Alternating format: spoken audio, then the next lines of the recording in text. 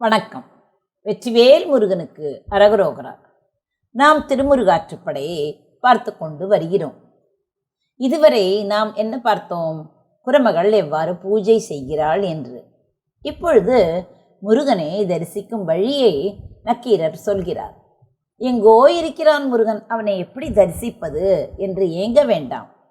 அந்த நக்கீரர் சொல்லும் வழியை நீங்கள் காது கொடுத்து கேளுங்கள், எல்லாம் நன்மையில் முடியும்.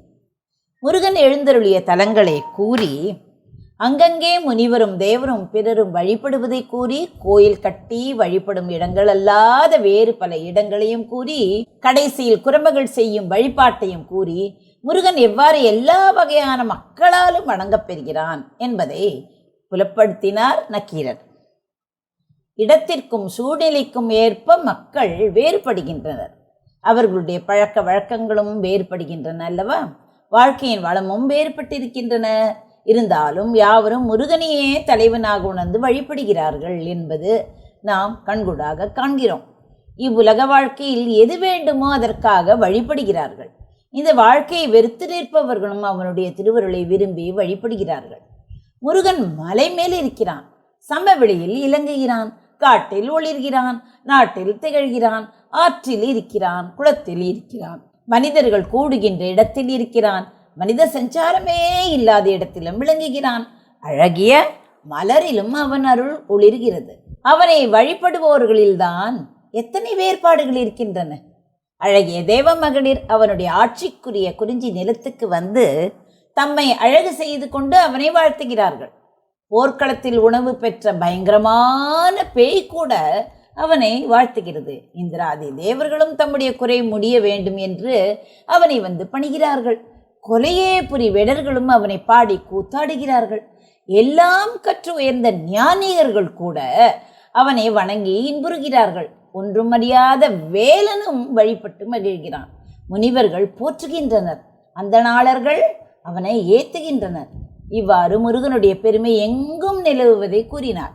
வெளிப்படையாக இறைவன் உறையும் இடம் என்று அடையாளங்களால் புலனாகும் தலங்களை கூறினார். அல்லாத ஆறு குளம் முதலிய இடங்களையும் கூறினார்.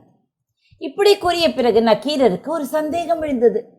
புலவனோ முருகனை அடைய வேண்டும் என்ற காதலோடு இருக்கிறான். வள்ளல் ஒருவனை அடைந்து பரிசு பெற வேண்டும் என்ற விருப்பத்தோடு இருக்கும் பரிசிலனை போல இந்த புலவன் இருக்கிறான். அந்த வள்ளல் இந்த ஊரிலும் இருப்பார், அந்த ஊரிலும் இருப்பார், இன்னும் வேறு வேறு இடங்களிலும் இருப்பார் என்று சொன்னால் புலவனுக்கு சற்றே மயக்கம் வரலாம் அல்லவா? எப்போதும் சுற்றி கொண்டே இருப்பார் போலும். திட்டமாக இந்த இடத்தில்தான் இன்ன இடத்தில்தான் இருப்பார் என்றால் அங்கே போய் காணலாமே. பல இடங்களில் இருப்பவரானால் எந்த சமயத்தில் எங்கே இருப்பார் என்று தெரியாதே. நாம் ஒரு சமயம் ஒரு இடத்துக்கு போனால் அங்கே அவர் இல்லாமல் வேறு இடத்தில் இருந்தால் நான் என்ன செய்வது? மறுபடியும் அந்த இடத்தை நாடி சென்றால் அதற்குள் மற்றொரு இடத்துக்கு போய்விட்டால் எப்படி காணுவது என்ற எண்ணம் தோன்றலாம் அல்லவா?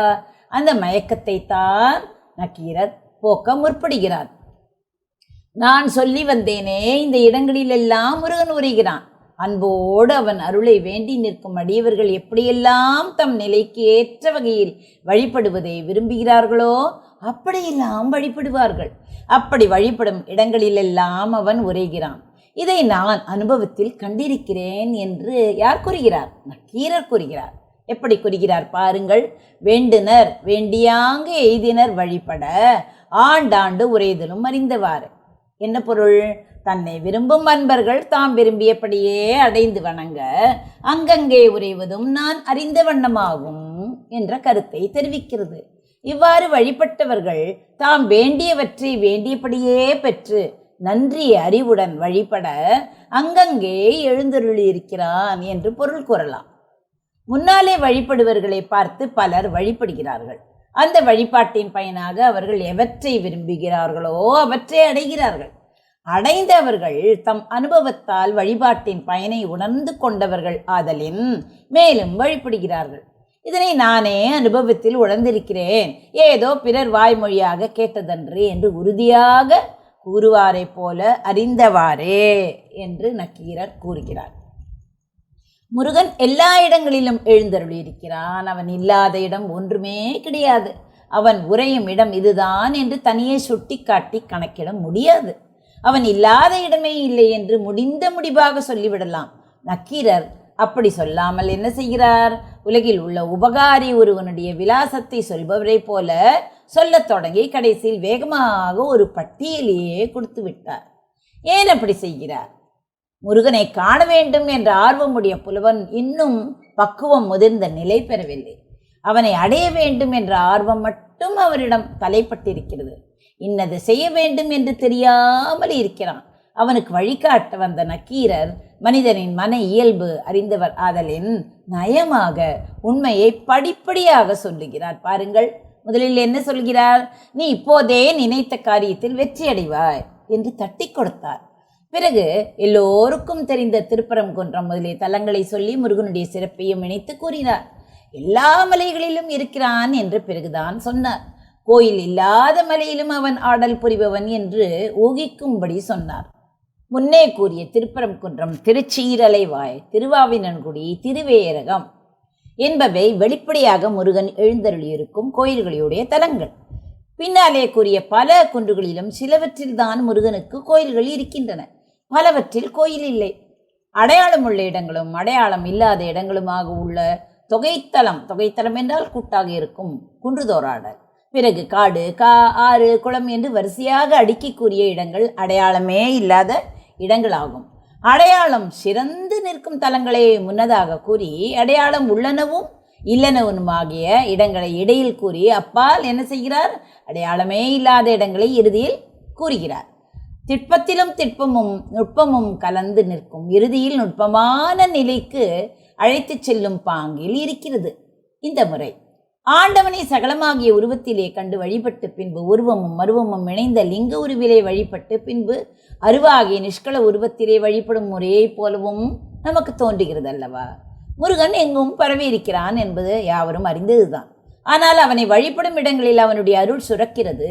நிலத்துக்கு அடியில் எங்கும் நீர் இருக்கிறது. இருந்தாலும் நமக்கு பயன்படுகிறதா? இல்லையே. நிலத்தை அகழ்ந்து கிணறு தோண்டினால்தான் நீரை காண்கிறோம். முயற்சி இல்லாமல் எளிதில் நீரை அடைய முடியாது. எங்கும் நம் காலுக்கு கீழே இருந்தாலும் கண்ணுக்கு தெரிவதில்லை. இறைவன் சர்வ வியாபியாக இருந்தாலும் வழிபடும் இடங்களில் வெளிப்படுகிறான். அன்புடன் உருகி தியானித்து வணங்கினால் வெளிப்படுகிறான்.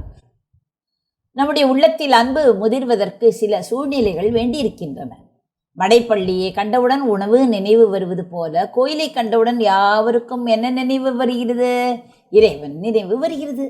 ஆனால் பசியுடையவனுக்கு எப்போதுமே உணவின் நினைவுதான் இருக்கும். நாம் தீவிரமான பக்தி உடையவர்கள் அல்ல. ஆதலின் நம் உள்ளத்தில் பக்தியை தூண்டுவதற்கு ஏற்ற சூழ்நிலை இன்றியமையாததாக இருக்கிறது. பக்குவம் முதிர்ந்தவர்களுக்கு எந்த இடத்திலும் எந்த காலத்திலும் இறை உணர்வு இருக்கும். எத்தொழிலை செய்தாலும் ஏத்தவத்தை பட்டாலும் முத்தர் மனமிருக்கும் மோனத்தே என்று பெரியோர்கள் கூறுவார்கள். ஆதலால் இருக்கும் சூழ்நிலையின் பலத்தால் கோயில்களில் வழிபட்டு அங்கே இறைவன் அருளால் அன்பர்கள் நலம் பெறுகிறார்கள். தம்முடைய உள்ளத்தில் உள்ள அன்பு சிறப்பினால் காட்டிலும் காவிலும் ஆற்றிலும் குளத்திலும் அவனை வழிபடுபவர்களும் அவன் அருளை பெறுகிறார்கள். எந்த காலத்தில் எந்த இடத்தில் எவ்வாறு வழிபட்டாலும் அங்கே முருகன் எழுந்தருளுகிறான். நான் சொன்ன இடங்களிலும் அல்லாத வேறு இடங்களிலும் நீ அவனை காணலாம். எந்த இடமானாலும் நீ அன்பு முதிர்ந்து எங்கே காண முடியும் என்ற உணர்ச்சி பெறுகிறாயோ அங்கே அவனை வணங்குவாயாக என்று நக்கீரர் கூறுகிறார். மற்றவர்கள் வணங்கும் இடங்களில் ஒரு சூழ்நிலை உருவாகி இருக்கிறது. அந்த இடங்களில் எல்லாம் எல்லாருக்கும் ஒரே மாதிரி உணர்ச்சி உண்டாகாது. சிலருக்கு திருச்செந்தூரில் மனம் கனிந்து பக்தி உணர்ச்சி மேலிடலாம். சிலருக்கு திருவாவினன்குடியில் உணர்ச்சி விஞ்சி இருக்கலாம். சிலருக்கு ஏதேனும் சிறிய மலை கோயிலில் இறை உணர்வு எழலாம். வேறு சிலருக்கு கோயிலே இல்லாத எங்கேனும் அந்த நிலை வரலாம். எந்த இடத்தில் உணர்வு எழுமோ அந்த இடத்தில் மேலும் முயன்று விரும்பி வணங்கி அருள் இன்பம் பெற வேண்டும். ஆண்டாண்டு ஆயினும் ஆக காண்தக முந்து நீ கண்டுழி என்று கூறுகிறார். நான் கூறிய அந்தந்த இடங்களினாலும் பிற இடங்களாக இருந்தாலும் அவனை நினைந்து வழிபடுவதற்குரிய உணர்வை தூண்டுவதற்கு ஏற்றதாக முந்தி நீ கண்ட இடத்தில் இன்னவாறு வழிபடுவாயாக என்று சொல்ல வருகிறார். உணர்ச்சி கிளர்ந்து எழும்போது என்ன ஆகிறது? முருகனை தியானித்து பாராட்டினால் நல்ல அனுபவம் கிடைக்கிறது. நக்கீரர் இன்னிடத்தில் தான் முருகனை காண முடியும் என்று வரையறை செய்து கூறவில்லை. உன் மனம் எங்கே நிகழ்கிறதோ, எந்த இடத்தில் அவனை காண்பதற்கு ஏற்ற இடம் இது என்ற துணிவு கனிவு உண்டாகிறதோ அங்கே நில், அவனை வணங்க முற்படு என்று உபதேசிக்கிறார். அந்த இடத்தில் உன்னுடைய விருப்பம் முகத்திலே மலர்ச்சியை உண்டாக்கும். அவனை ஏத்துவாயாக, கையினால் தொழுது புகழ்வாயாக, அவன் காலில் விழுந்து வணங்கு என்கிறார். காண்தக முந்து நீ கண்டொழிய முகன் அமர்ந்து ஏந்தி கை தொழு பரவி காலுற வணங்கி. காண்பதற்கு தக்க வண்ணம் முதலில் நீ அனுபவத்தால் உணர்ந்த இடத்தில் முகம் மலர துதித்து கையால் கும்பிட்டு வாழ்த்தி திருவடிகளில் விழுந்து வணங்கி ஏத்துவாயாக என்று சொல்ல வருகிறார். பிறகு என்ன செய்ய வேண்டும்? முருகனை வாயார பாட வேண்டும், அவனுடைய திருநாமங்களை சொல்லி உருக வேண்டும். நாமங்களை சொல்லி இறைவன் திருத்தாளில் பூ தூவுவதையே அர்ச்சனை என்று சொல்வார்கள்.